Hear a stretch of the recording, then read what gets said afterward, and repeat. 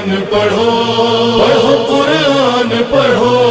پڑھو قرآن پڑھو پڑھو قرآن پڑھو۔ اعوذ باللہ من الشیطان الرجیم، بسم اللہ الرحمن الرحیم، الحمدللہ رب العالمین، والصلاة والسلام علی محمد وعلی آلہ الطیبین الطاہرین، واللعنۃ الدائمۃ علی اعدائہم اجمعین، اما بعد، فقد قال اللہ سبحانہ وتعالی فی کتابہ المجید، بسم اللہ الرحمن الرحیم، فعقروها فقال تمتعوا فی دارکم ثلاثۃ ایام ذلک وعد غیر مکذوب۔ محترم سامعین کرام، آپ کی خدمت میں ہم قرآن مجید کا ایک قصہ جو کہ حضرت صالح علیہ السلام کی قوم کا قصہ تھا، یعنی قوم سمود کا قصہ آپ کی خدمت میں بیان کر رہے تھے کہ کس طریقے سے حضرت صالح نے اپنی قوم کو دعوت دی اور کس طریقے سے حضرت صالح کی قوم نے رد العمل پیش کیا، اور پھر آخر میں حضرت صالح سے ایک معجزے کا تقاضا کیا جو کہ اللہ کی جانب سے ایک اونٹنی تھی جو کہ پہاڑ کے دامن سے نکلی، اور کہا یہ گیا تھا کہ تم اس اونٹنی کو نقصان نہیں پہنچانا ورنہ تمہیں دردناک عذاب آ گھیر لے گا۔ نتیجے میں یہ ہوا کہ جب وہ اونٹنی چلتی پھرتی تھی اور سب لوگ اس زندہ معجزے کو دیکھتے تھے تو لوگ جو ہے وہ آہستہ آہستہ حضرت صالح پر ایمان لانا شروع ہو گئے، اور یہ بات جو ہے وہ حضرت صالح کی قوم کو برداشت نہیں ہوئی اور کہا کہ جب تک یہ اونٹنی زندہ ہے اس کا مطلب یہ ہے کہ ہمیں شکست ہو جائے گی اور تمام کے تمام لوگ جو ہے وہ حضرت صالح پر ایمان لے آئیں گے، لہٰذا اس اونٹنی کے بارے میں کچھ سوچا جائے، کچھ کیا جائے۔ نہ صرف یہ کہ حضرت صالح کی اونٹنی کے بارے میں کہا کہ کچھ کیا جائے، خود حضرت صالح کے بارے میں بھی انہوں نے ایک پلان بنایا کہ ہم رات کے وقت شب خون ماریں گے اور حضرت صالح اور ان کے گھر والوں کو قتل کر دیں گے، اور جب ان کے وارث جو آئیں گے پوچھنے کہ بھئی کس نے قتل کیا تو ہم کہیں گے کہ ہمیں کیا معلوم، ہم تو اس وقت حاضر ہی نہیں تھے۔ جیسے کہ خداوند کریم نے قرآن مجید میں بیان کیا کہ وَكَانَ فِي الْمَدِينَةِ تِسْعَةُ رَهْطٍ يُفْسِدُونَ فِي الْأَرْضِ وَلَا يُصْلِحُونَ، کہ اس شہر میں جہاں پر حضرت صالح رہا کرتے تھے 9 گروہ تھے۔ یہ 9 گروہ وہی سردار تھے، مرفع اور مسرفین تھے کہ جن کی پچھلی آیت میں ہم نے بیان کیا تھا کہ حضرت صالح نے کہا تھا اپنی قوم سے کہ تم مسرفین کی اطاعت نہ کرنا جو کہ عیش و عشرت میں زندگی گزار رہے ہیں، مالدار افراد ہیں، اور ان افراد کی اطاعت نہ کرنا۔ یہ جو 9 گروہ تھے انہوں نے کیا کیا، یفسدون فی الارض، یہ زمین پر فساد پھیلاتے تھے، ولا یصلحون، اور زمین پر اصلاح نہیں کرتے تھے۔ قالوا، ان لوگوں نے کہا، تقاسموا باللہ لنبیتنہ واہلہ ثم لنقولن لولیہ ما شہدنا مہلک اہلہ وانا لصادقون، انہوں نے آپس میں کہا کہ تم سب قسمیں کھاؤ، یعنی جو بھی جس خدا کو بھی یہ مانتے تھے اس خدا کی قسم کھاؤ کہ ہم رات کے وقت جو ہے وہ حضرت صالح اور ان کے گھر والوں پر حملہ کریں گے، اور پھر جب ان کے وارث آئیں گے اور ہم سے پوچھیں گے کہ بھئی کیا ہوا تو ہم کہیں گے کہ ہم موجود نہیں تھے اور ہم سچے ہیں۔ پھر خداوند کریم بیان کرتا ہے کہ وَمَكَرُوا مَكْرًا وَمَكَرْنَا مَكْرًا وَهُمْ لَا يَشْعُرُونَ، انہوں نے بھی ایک حیلہ کیا، انہوں نے ایک تدبیر سوچی، اور خداوند کریم نے بھی ایک تدبیر سوچی، اور خدا سے بہتر کون تدبیر سوچ سکتا ہے۔ وَهُمْ لَا يَشْعُرُونَ، جو خدا نے تدبیر سوچی تھی اس کا ان کو گمان بھی نہیں تھا۔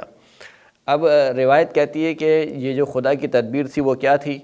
کچھ روایت کے مطابق یہ کہ خداوند کریم نے کچھ فرشتوں کو بھیجا اور ان فرشتوں نے ان لوگوں کو پتھر مار کے ہلاک کر دیا، یعنی قبل اس کے کہ وہ حضرت صالح کو قتل کرتے یا نقصان پہنچاتے، فرشتوں نے ان کو پتھر مار کے ہلاک کر دیا۔ ایک روایت یہ ہے۔ کچھ روایت اس طریقے کی ہیں کہ خداوند کریم نے حضرت صالح کو حکم دیا کہ آپ اس شہر سے نکل جائیے، یعنی آپ اور آپ کے گھر والے اس شہر سے نکل جائیے، اس شہر میں عذاب آنے والا ہے، لہٰذا قبل اس کے کہ وہ حضرت صالح کو قتل کرتے خداوند کریم کے عذاب میں مبتلا ہو گئے۔ تو یہ خداوند کریم کا مکر، یعنی خداوند کریم کی تدبیر تھی۔ تو یہ ایک ان کا حیلہ تھا، یہ ایک ان کی پلاننگ تھی جو انہوں نے حضرت صالح کے بارے میں سوچی۔ دوسری جو ان کی پلاننگ تھی وہ یہ تھی کہ حضرت صالح کی جو اونٹنی ہے اس کو ختم کیا جائے، اس میں وہ کامیاب ہو گئے، جیسے کہ خود قرآن مجید کی آیت کہتی ہے کہ فَعَقَرُوهَا، انہوں نے اس ناقے کو قتل کر ڈالا۔ فقال، جب انہوں نے ناقے کو قتل کر ڈالا تو حضرت صالح نے کہا کہ تمتعوا فی دارکم ثلاثۃ ایام، 3 دن تک تم اپنے اس گھر میں، اس زندگی میں جو بھی تمہیں کرنا ہے، عیش و عشرت مزے کرنے ہیں تم کر لو۔ ذالک وعد غیر مکذوب، یہ جو 3 دن کا میں تمہیں وعدہ دے رہا ہوں یہ وعدہ جھوٹا وعدہ نہیں ہے، یعنی 3 دن کے بعد اب تم پر جو ہے وہ عذاب نازل ہونے والا ہے۔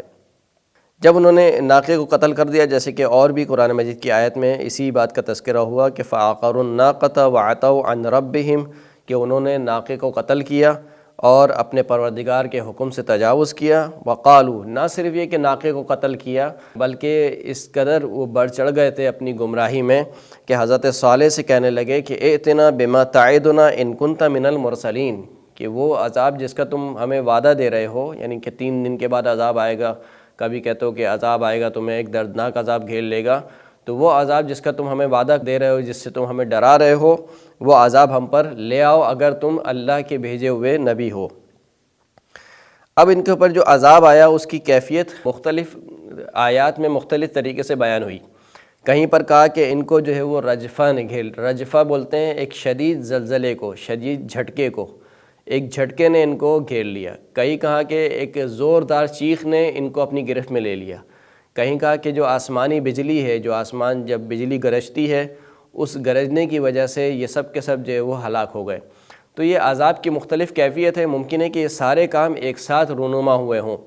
اور یہ بھی ممکن ہے کہ وہ جو آسمانی بجلی ہے اس کی یہ صفات بیان کی جا رہی ہوں کہ وہ آسمانی بجلی ایسی تھی کہ وہ صیحہ کے ساتھ تھی، یعنی تیز چیخ کے ساتھ تھی، اس میں زوردار آواز تھی، اور اس آواز سے زمین پھٹ گئی، زمین میں لرزہ آیا، تو ممکن ہے کہ اس چیخ کی جو ہے یہ کیفیت بیان ہو رہی ہو۔ جیسے کہ خداوند کریم ارشاد فرماتا ہے کہ فَأَخَذَتْهُمُ الرَّجْفَةُ فَأَصْبَحُوا فِي دَارِهِمْ جَاثِمِينَ، انہیں زوردار جھٹکے نے، یعنی گویا زلزلے نے مثال کے طور پر گھیر لیا، اپنی گرفت میں لے لیا۔ فَأَصْبَحُوا فِي دَارِهِمْ جَاثِمِينَ، اور وہ اپنے گھروں میں اوندھے پڑے رہ گئے، یعنی الٹے کے الٹے پڑے رہ گئے۔ اسی طریقے سے ایک اور آیت میں خداوند کریم نے بیان کیا کہ فَلَمَّا جَاءَ أَمْرُنَا نَجَّيْنَا صَالِحًا وَالَّذِينَ آمَنُوا مَعَهُ بِرَحْمَةٍ مِنَّا وَمِنْ خِزْيِ يَوْمِئِذٍ إِنَّ رَبَّكَ هُوَ الْقَوِيُّ الْعَزِيزُ۔ جب ہمارا امر آ گیا تو ہم نے صالح کو اور ان افراد کو جو حضرت صالح کے ساتھ ایمان لائے تھے اپنی رحمت کے سبب جو ہے وہ نجات دی، اور اس دن کی جو رسوائی تھی، اس دن کے رسوائی سے ان لوگوں کو بچا لیا کہ بے شک آپ کا جو پروردگار ہے وہ بہت زیادہ قوت والا اور غالب آنے والا ہے۔ وَأَخَذَ الَّذِينَ ظَلَمُوا الصَّيْحَةُ، اور جن لوگوں نے کفر اختیار کیا، جن لوگوں نے ظلم کیا، اس کو زوردار چیخ نے گھیر لیا۔ فَأَصْبَحُوا فِي دَارِهِمْ جَاثِمِينَ، پس وہ اپنے گھروں میں اوندے پڑے رہ گئے۔ اسی طریقے سے ایک اور آیت میں خداوند کریم نے بیان کیا کہ فَأَخَذَتْهُمُ الصَّيْحَةُ مُصْبِحِينَ، صبح کے وقت ان کو ایک زوردار چیخ نے اپنی گرفت میں لے لیا۔ اور ایک دوسری آیت میں خداوند کریم نے بیان فرمایا کہ وَفِي ثَمُودَ إِذْ قِيلَ لَهُمْ تَمَتَّعُوا حَتَّىٰ حِينٍ، اور سمود میں تمہارے لیے نشانی ہے کہ جب ان کے لیے کہا گیا کہ تم ایک معین وقت تک اس زمین پر مزے کر لو، اور اس زمین پر جو ہے وہ جو بھی تمہیں کرنا ہے کر لو، پھر اس کے بعد اللہ کا عذاب تمہیں گھیر لے گا۔ فَعَتَوْا عَنْ أَمْرِ رَبِّهِمْ، انہوں نے اپنے پروردگار کے امر سے تجاوز کیا۔ فَأَخَذَتْهُمْ الصَّاعِقَةُ، تو ان کو جو آسمان کی بجلی تھی اس نے اپنے گھیرے میں لے لیا۔ وَهُمْ يَنظُرُونَ، جبکہ وہ دیکھتے رہ گئے۔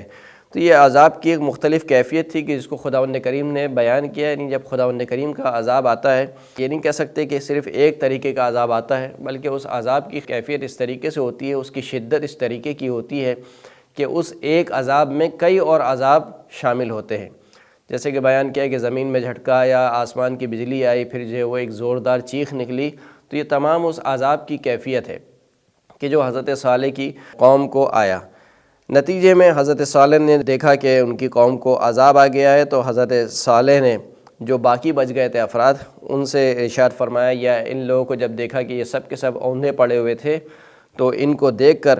حضرت صالح نے ارشاد فرمایا کہ فَتَوَلَّ عَنْهُمْ وَقَالَ يَا قَوْمِ لَقَدْ أَبْلَغْتُكُمْ رِسَالَةَ رَبِّي۔ حضرت صالح نے جو وہ ان سے روگردانی کی اور ان سے کہا کہ اے میری قوم، میں نے تم تک اپنے رب کا پیغام پہنچایا تھا، وَنَصَحْتُ لَكُمْ، اور میں تمہیں نصیحت کرتا رہا، وَلَكِنْ لَا تُحِبُّونَ النَّاصِحِينَ، لیکن تمہارا علاج کیا جائے کہ تم نصیحت کرنے والوں کو پسند ہی نہیں کرتے ہو۔ تو یہ پورا ایک قصہ تھا کہ جس کو خداوند کریم نے قرآن مجید میں بیان کیا، ہماری عبرت کے لیے بیان کیا۔ اس میں عبرت یہی تھی کہ سب سے پہلے جب انسان نعمتوں میں گھرا ہوا ہو تو اپنے منعم کی طرف رجوع کرے، اپنے منعم کو یاد کرے، اپنے منعم سے منہ نہ پھیرے، خالق حقیقی کی عبادت کرے، زمین پر فساد نہ پھیلائے، اور نعمتوں میں اس قدر مست نہ ہو جائے کہ وہ اپنی آخرت کو ہی بھول جائے، یہاں تک کہ حجت خدا کا انکار کرے، نہ صرف انکار کرے بلکہ حجت خدا کا تمسخر اور مذاق اڑائے، اور نتیجے میں پھر خداوند کریم کا عذاب جو ہے وہ آمادہ رہے اور ان کو گھیر لے۔ وآخر دعوانا ان الحمد للہ رب العالمین۔ اللهم صل على محمد وآل محمد